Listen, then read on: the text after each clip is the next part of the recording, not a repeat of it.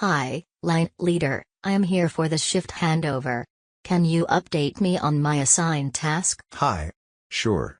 Today, you'll be working on monitoring the assembly line, checking the machine settings, and ensuring all components are properly installed.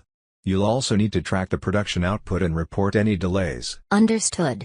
Are there any specific targets for my shift? Yes, the production target for this shift is 500 units. We need to make sure the cycle time is optimized to meet this goal. If you notice any bottlenecks, let me know immediately. Got it. Were there any issues during your shift that I should be aware of? Yes.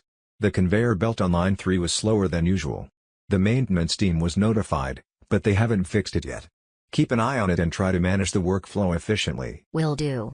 Are there any quality concerns I should focus on? Yes, the quality control team reported an increase in defective products due to misaligned components in the pick-and-place machine.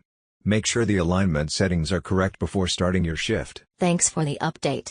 Do I need to handle any machine maintenance tasks? No major maintenance tasks, but the soldering station has been overheating occasionally.